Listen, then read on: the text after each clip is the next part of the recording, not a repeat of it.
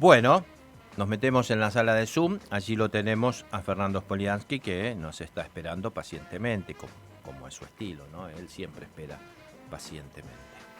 Fernando, bienvenido, buen día, ¿cómo está?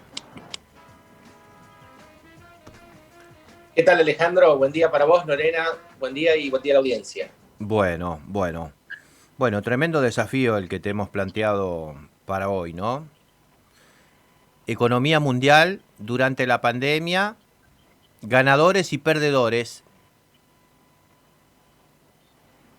Qué pregunta, Alejandro, ¿no es cierto? Qué situación difícil la que nos tocó atravesar, por supuesto, primero en términos sanitarios, pero como siempre decíamos, la salud y la economía en esta pandemia van de la mano. No era una u otra cosa, ¿no es cierto? No era salud o economía, que era el debate inicial allá por el mes de febrero, marzo, cuando la pandemia llegó a estos lugares del mundo. Había toda una discusión si había que priorizar las cuestiones sanitarias o si había que priorizar las cuestiones de la economía. Y la verdad es que con el correr de los meses, ya casi un año desde la primera, digamos, situación que se generó en el mundo allá por China de esta pandemia, quedó demostrado que era una falsa dicotomía pensar en salud o economía, sino que había que pensar en salud y economía, ¿cierto? Y lo estamos viendo ahora cuando uno hace un análisis de qué es lo que ocurrió con la economía a nivel mundial y los distintos países que estamos atravesados por esta pandemia del coronavirus.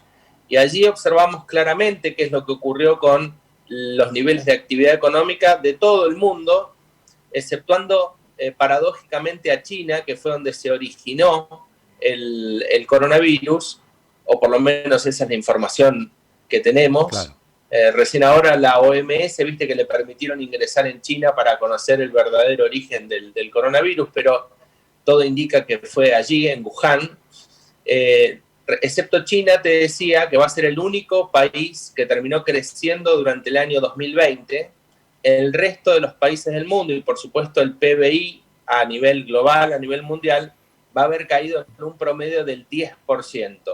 Es decir, la economía del mundo, que se mide en términos de Producto Bruto Interno de cada uno de los países, que es la cantidad de bienes y servicios que se producen en una determinada región durante un año, va a haber caído en promedio en un 10% durante el año 2020.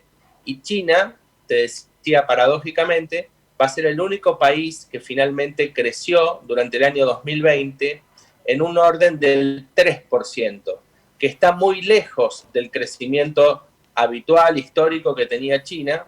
Cuando se dice se crece a tasas chinas es porque esa zona del mundo, el sudeste asiático, crece a tasas del 8-9% al año, es decir, va a estar muy por debajo de lo que crece habitualmente, pero va a ser el único país que va a finalmente terminar con un crecimiento de su Producto Bruto Interno.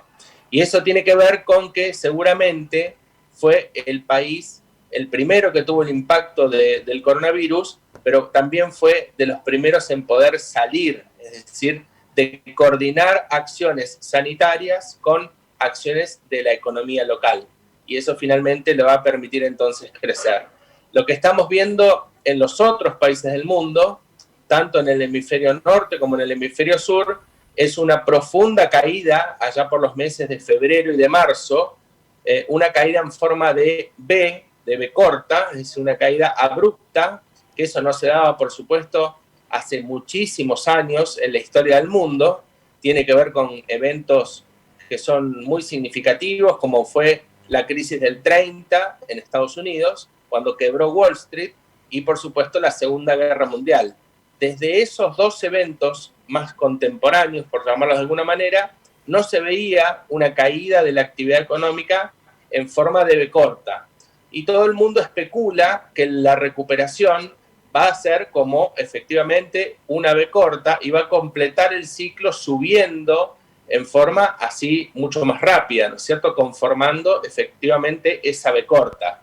Pero esa demostración o esa teoría o hipótesis no se está demostrando sobre todo, ya lo podemos observar en el hemisferio norte, por una cuestión hasta climática, si se quiere, que los países del hemisferio norte, que durante el verano, el invierno nuestro, verano de ellos, tuvieron algunos niveles de recuperación económica producto de la apertura de sus economías en virtud del turismo fundamentalmente, y lograron recuperar, pero parte de lo que habían perdido durante los meses de febrero y de marzo. Es decir, esa caída estrepitosa en febrero y marzo en forma de V no fue una recuperación en el mismo sentido, sino que fue una recuperación mucho más lenta, mucho más atenuada. Entonces aparece un gráfico cayendo fuertemente y luego una recuperación tenue, exceptuando dos países que son el Reino Unido y Noruega. El resto de los países del hemisferio norte pudieron recuperar sus economías aún en periodos vacacionales, vacaciones de verano de ellos, invierno nuestro, pero no pudieron recuperar los niveles prepandémicos. Así que ahora hay toda una discusión, se abre un debate importante de qué es lo que va a ocurrir con la economía mundial, con la economía de esos países que son mucho más potentes, desarrollados que los países emergentes como los nuestros, y que no han logrado recuperar los niveles de prepandemia. Así que viendo qué es lo que ocurrió en el hemisferio norte, imagínate que los países del hemisferio sur, como nosotros, Latinoamérica fundamentalmente, estamos mirando qué es lo que va a ocurrir finalmente con nuestras economías. Lo más posible es que imiten ese comportamiento de la recuperación económica, pero no en los niveles prepandémicos, por lo menos por ahora, hasta tanto no se logre superar definitivamente la crisis sanitaria en virtud de la inmunización de rebaño a través fundamentalmente de los procesos de vacunación. Pero todavía no tenemos o no vemos, no observamos empíricamente qué es lo que se decía que podía ocurrir con la economía del mundo. Hasta acá lo que vemos es una recuperación muy lenta de los países del hemisferio norte, y todavía el hemisferio sur recién ahora se encuentra en un periodo de vacaciones estivales y hay una pequeña recuperación. Fíjate qué es lo que está ocurriendo con el turismo, pero es muy tenue, ¿no es cierto? Cualquiera que le pregunte sobre el turismo en nuestro país, tanto en la cordillera como en la costa argentina, te va a manifestar que está en el orden del 20, 30, 40 o a lo sumo 50% del nivel de actividad que tenía en el verano pasado. Fernando, en este escenario y estando tan lejos la posibilidad de lograr la inmunidad de rebaño aquí en el país y también a nivel mundial, lo ha pronunciado ayer la Organización Mundial de la Salud, ¿no? ¿Qué es lo que nos queda? ¿Qué es lo que podemos vislumbrar en la economía mundial y en nuestra economía de aquí a los próximos meses? Bueno, Alejandro, la economía se mueve por ciclos, ¿no es cierto? Tiene un ciclo expansivo de la economía cuando crece, tiene un amesetamiento, luego tiene un proceso recesivo y una depresión. Y en la depresión vuelve a subir y repite el ciclo. Es decir, es como si fuera una ola, ¿no? Tiene este comportamiento. Ahora, indudablemente que nosotros estábamos en el mes de febrero y marzo en los niveles quizá de depresión económica. Es decir, si vos mirás un gráfico, lo vas a observar que estábamos en el punto más bajo de ese comportamiento de olas que tiene la economía por ciclos. Estábamos aquí abajo, en el proceso más depresivo de la economía. Eso se supone que va a ir subiendo, y lo que está en juego es la velocidad de ese movimiento, de cómo va a ir subiendo. Por eso decía, hay algunos analistas que pensaban que la subida iba a ser más abrupta de lo que finalmente terminó siendo por la extensión de la crisis sanitaria. Entonces, hay una relación directa entre la crisis sanitaria y los grados de actividad económica. En la medida que no logremos superar el mundo entero la crisis sanitaria, y eso se logra con la inmunidad de rebaño, entonces la economía no va a poder acompañar rápidamente el crecimiento económico.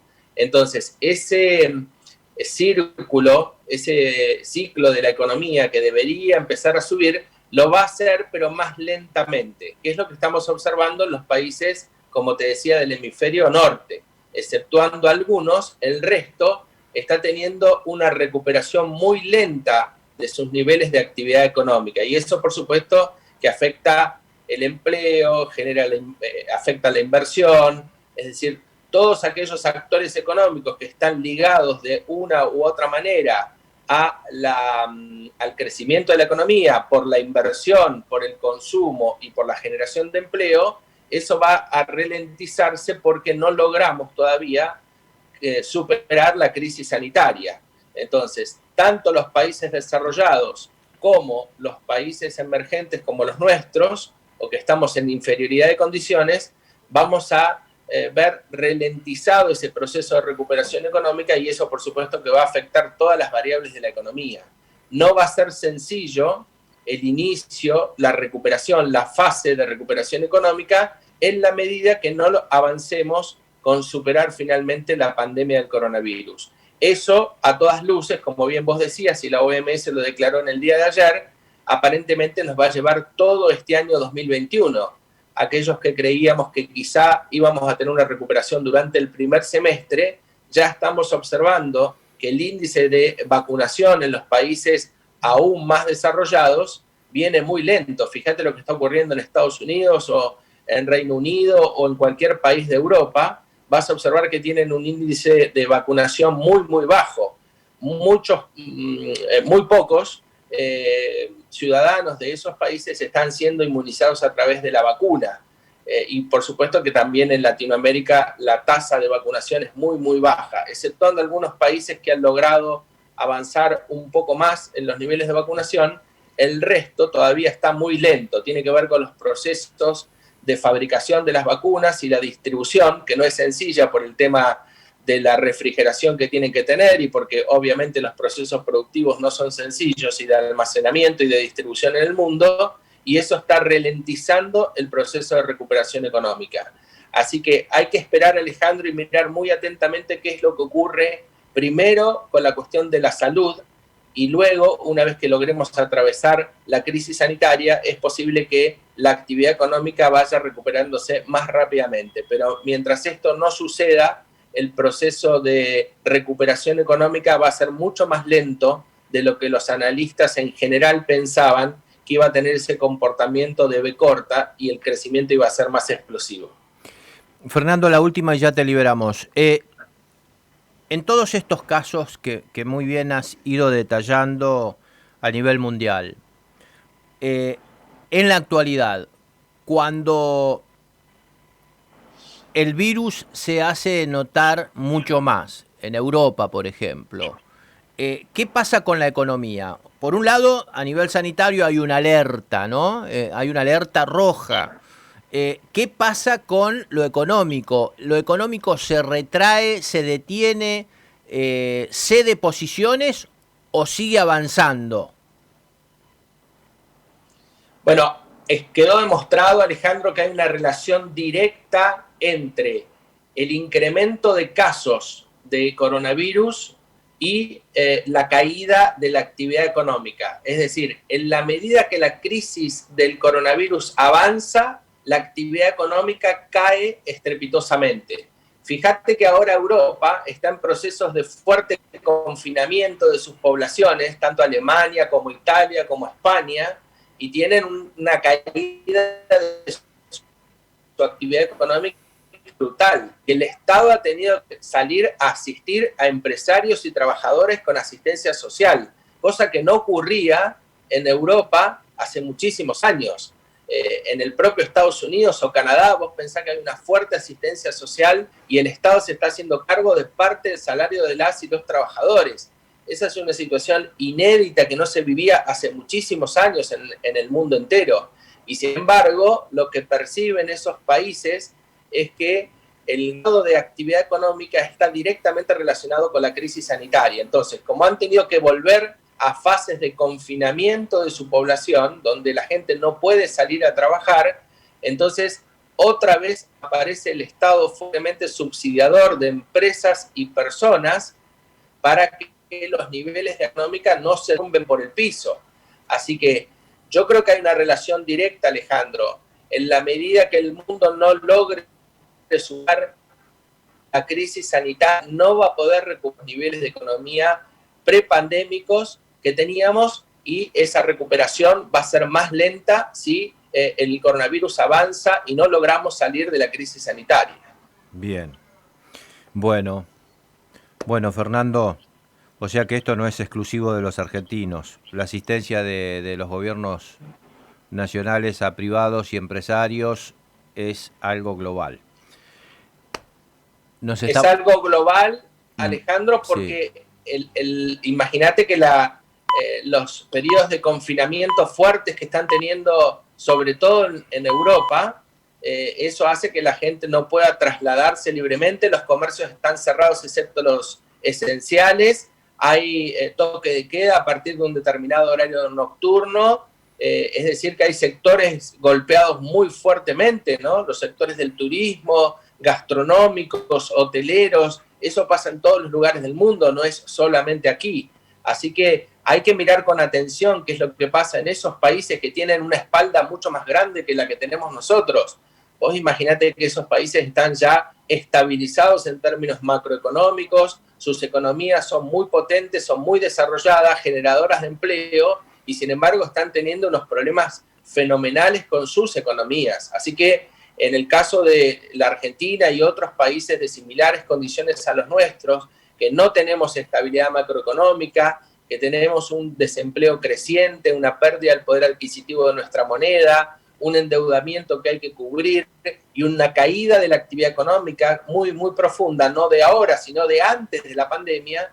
Imagínate que nos colocan en una posición de inferioridad respecto de esas economías más avanzadas o más desarrolladas en términos económicos. Así que hay que observar qué es lo que pasa en esos países, porque ese va a ser el fiel reflejo de lo que nos va a ocurrir a nosotros. Fernando, muchísimas gracias, muy claro, un fuerte abrazo. Gracias, Alejandro, un abrazo.